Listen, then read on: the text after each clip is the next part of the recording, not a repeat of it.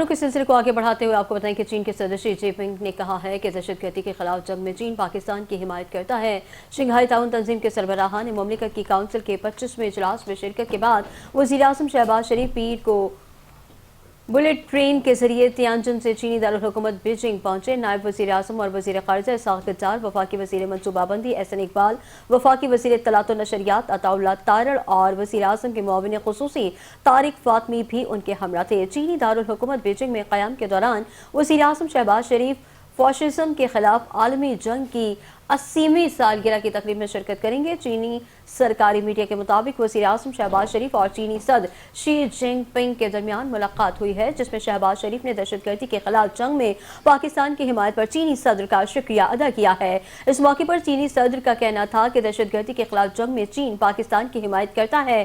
उन्होंने कहा कि उम्मीद है कि पाकिस्तान चीनी अमले, मंसूबे और इदारों की हिफाजत यकीनी बनाने के लिए मौसर इक़दामात करेगा।